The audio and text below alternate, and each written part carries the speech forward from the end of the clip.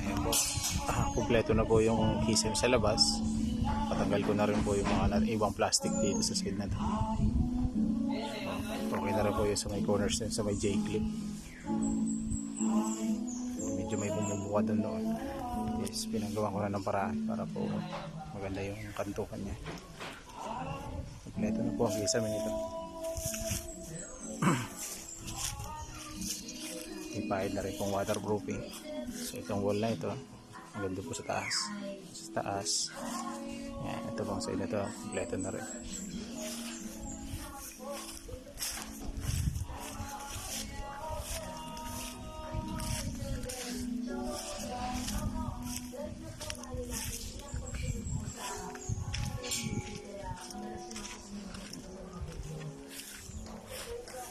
Nagawa ko po dito ng nakaraan is yung plastering po nitong wall na ito, pinababa ko ng kaunti, pinadagdagan ko para pumantay po siya sa ilalim. Yan.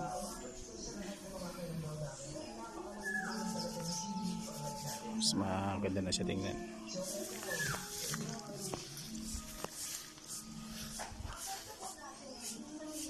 Yan. May waterproofing din po yung side na yun. So pinalagyan ko rin na po ito sa likod.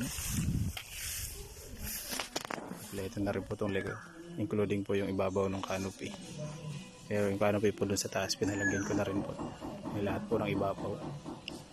Paikot po yan, paikot po yung canopy. Meron pong waterproofing na rin yun.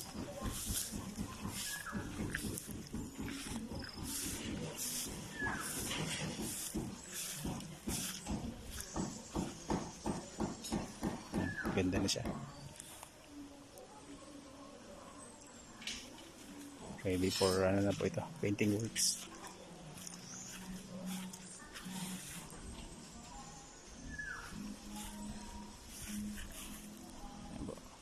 Yung parang nakalubog po dun, pinapalitan ko po. Bumili uli ako ng 2 piraso. So pinalitan na po nila para maganda tingnan. Kisame na yun.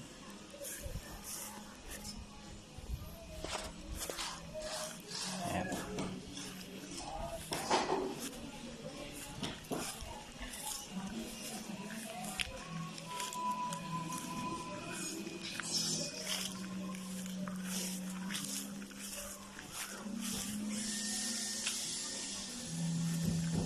Ganda na po ito. Bahay na po ang pakiramdam pag nasa loob.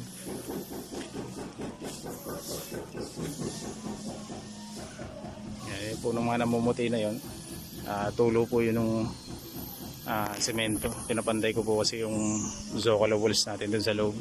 Ibabaw at yung kilid po sa loob.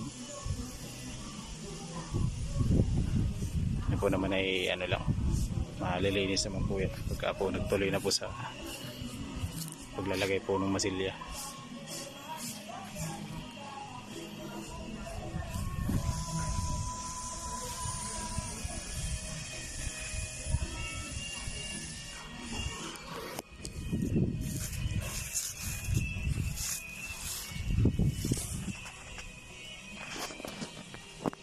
Parang may mga nakabukol po doon. Yun po ay yung ano po nung Zocalo. So yun pong parang nakabukol na yun, mapapantay naman po yun kapag po pinataka na po ito ng masilya.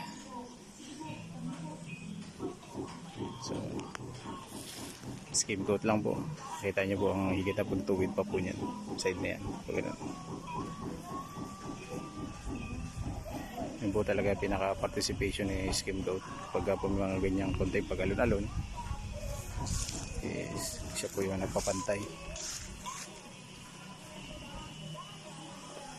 Hindi na lang po sapat talaga yung waterproofing materials ko. Iniisip ko po pa-hire ko po yung itaas na yun kasi naubos na po. Pero nag-instack ako sa kanila, pag sobra ipahid po dun sa ibabaw yung ball na yun para lang sure na isisip-sip yan ng tubig.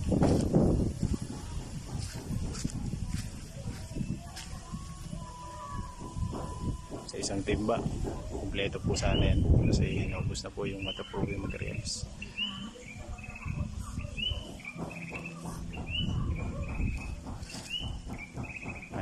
Thank you po.